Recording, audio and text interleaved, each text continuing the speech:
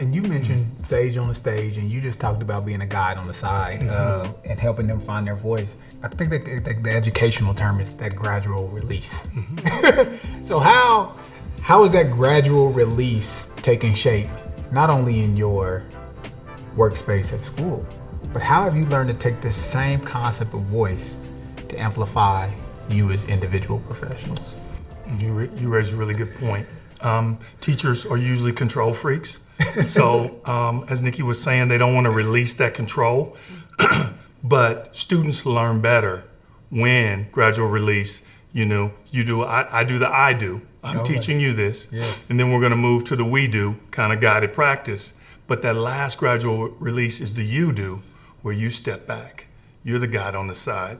You're looking at collaborative conversations. And what's great is when you hear Mick and Nikki were talking about something that you get the class's attention and you say, hey, Mick, tell the whole class what you were just talking to Nikki about. So then now you become the expert. I think we talked before, at any time in the classroom, there should be 3 experts: the teacher, the text or the resources that you're using, and the student. It's the student that's left off quite often and doesn't get the chance to be the expert. But when they're the expert, that knowledge becomes sticky. They can go home and they can talk about it. 10 years later, they can say, hey, when I was in Mr. Love's class, and we were learning about the Industrial Revolution, I was teaching my classmates such and such. They will always remember that. Yeah. I love that. It's become sticky. Yes. To have this idea that our learning is transformative, and the thing I love about knowledge is that it's portable.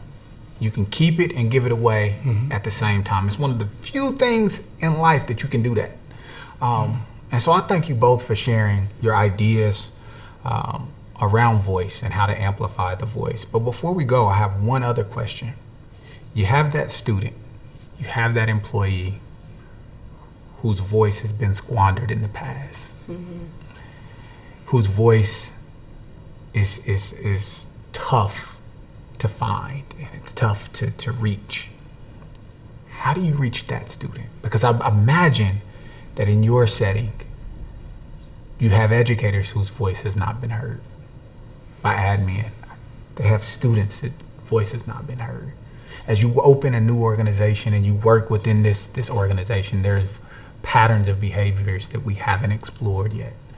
How do you protect those individuals to make sure that they have a means to contribute as well? I think coaching is really important. One of the things that I personally have started to do different is as we have our team meetings, we start off with a different member leading the first half of the team meeting.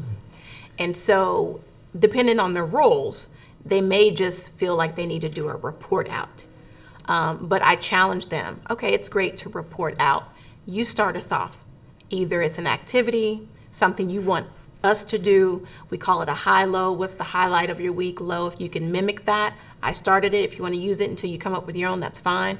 And so I've learned that some of those who don't have a voice, when it's their turn to have a meeting, they do a high-low. Okay, guys, what is a high-low? And it's okay until they mold it into their own. And then they do a share-out. And then when we do a share-out, we're important as a team to ask follow-up questions, but then also show appreciation. Thank you. Because we know that this is typically not how you communicate, but we appreciate you. So affirmation is really, really big. And so we start to run our meetings like that. Everyone takes a lead who starts our meeting off. They'll do it first. They'll do a team builder or however they like to start it. And then we affirm them. And then we move on. And so it's not always me talking. It's a different leader every time. And then everyone feels a part of the team rather than just being a follower. Okay.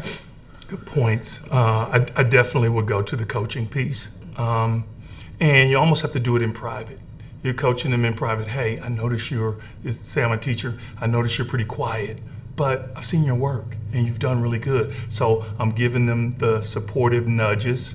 And if you make a mistake, don't worry about it. Nobody's gonna laugh. Or I'll make sure that I talk to the kids. So you're trying to get them to step out on the ledge and show you what they know. And then you might even give them a softball question that you know they're going to get. That creates some confidence. And then eventually you want to continue to give them those therapeutic opportunities, right? The positive opportunities. And those will then lead to agency, like where they raise their hand on their own. And then they feel like they have a thought or they have a decision that they have on something like that. Then now the game is afoot, right? Yeah. They're in and they want to do some things like that. It's game on at that point. So what I hear most from the both of you is this willingness, this idea around being willing to explore this concept of voice, being willing to go out on a limb, being willing to allow your students to explore and discover more about who they are and how it permeates in life and how they can contribute more. But it doesn't just stop there. It stops with those you lead. How do they find their voice? How do they find their place? How are we tapping into their unique genius? And so that's my challenge to everyone that's watching. How are you going about the daily work to find your voice, explore it, and amplify others? And remember the importance of voice. Peace and love. Make love. And this is the Teacher's Lounge.